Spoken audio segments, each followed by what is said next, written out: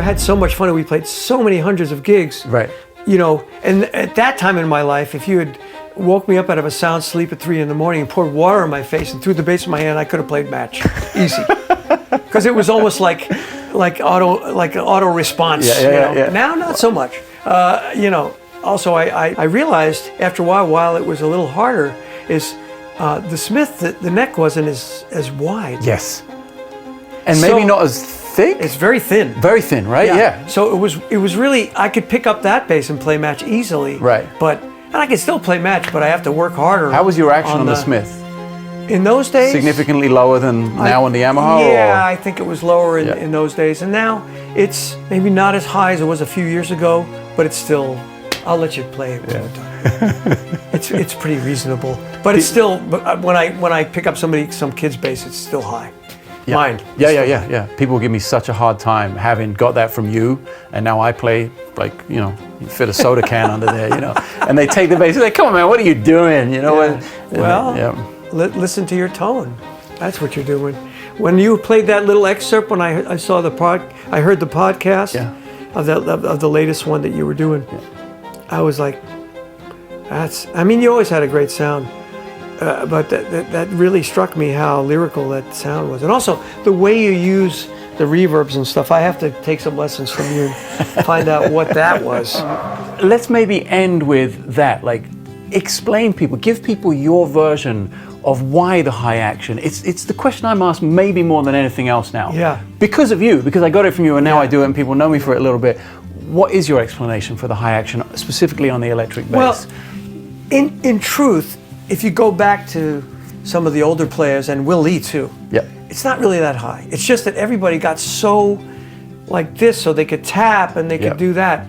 To me, that's the aberration. Okay. Like coming from acoustic bass, coming from hearing like Duck Dunn and those guys, they did not have low action. No.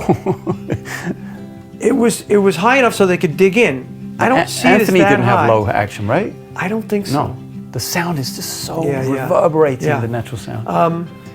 And you know, there are also guys who have much lower action that have beautiful sound, like Marcus Miller. Yeah. Like, it's incredible, his sound. His action is that low? I don't know if it's that low, but I know it's slower than mine. Okay. And it's also, you know, because when you're slapping too, you don't want to have it too high. Right.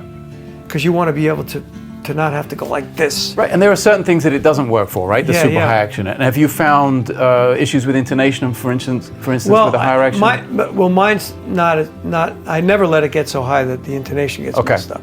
So that's your breaking point, basically. Yeah, no, I won't do that. Yeah. Why I arrived at that is because also my brother studied classical guitar and had a tone and a vibrato, and I learned how to do the vibrato for him. And once I got that together, I was like, if the string's laying on the frets like that, I have no dynamic range. Right. To me, it feels like you can't articulate when it's that close to the fret. You can't. Right. It's like I can't play an acoustic bass when the action's too low. Right. I can't play it. When somebody gives me the electric to pick it up, clunk, clunk, clunk. Yeah. I can't do it. And the cats with the ramps and everything, I can't do it. I can't. Yeah. I can't. I respect Gary, of course. Sure, but his is a completely different approach, and it's fretless. Yeah.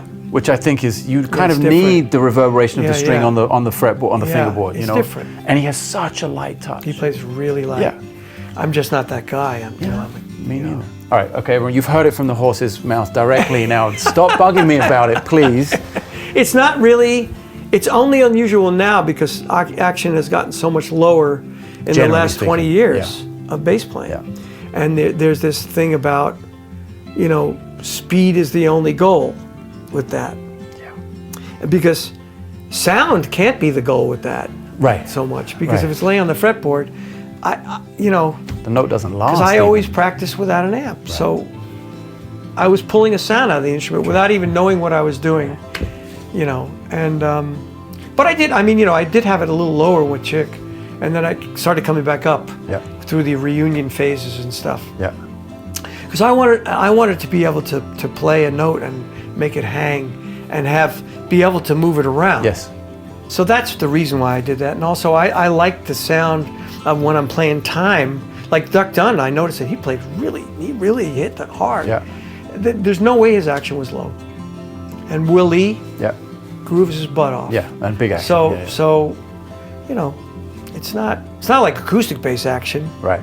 So it's that to me, it doesn't seem that high when you know, when you're stuck sometimes on the road and you play a bass de jour and the action's way up there and the adjusters are broken or they can't, you know, and you're like, oh boy, Here we go. we're back to 1920 now, you know.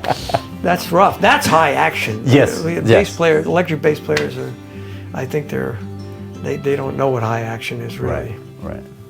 Well, thank you. Thank you for clearing that up. Thank you for being here. Thank you for taking the time. Go check out the new record, and we'll do it again sometime. Thank you for having me. Love This you, is man. a lot of fun. Let's go eat. Yes. Okay, I'll get the Wow. bass. You got to Yeah, check yeah. out where it is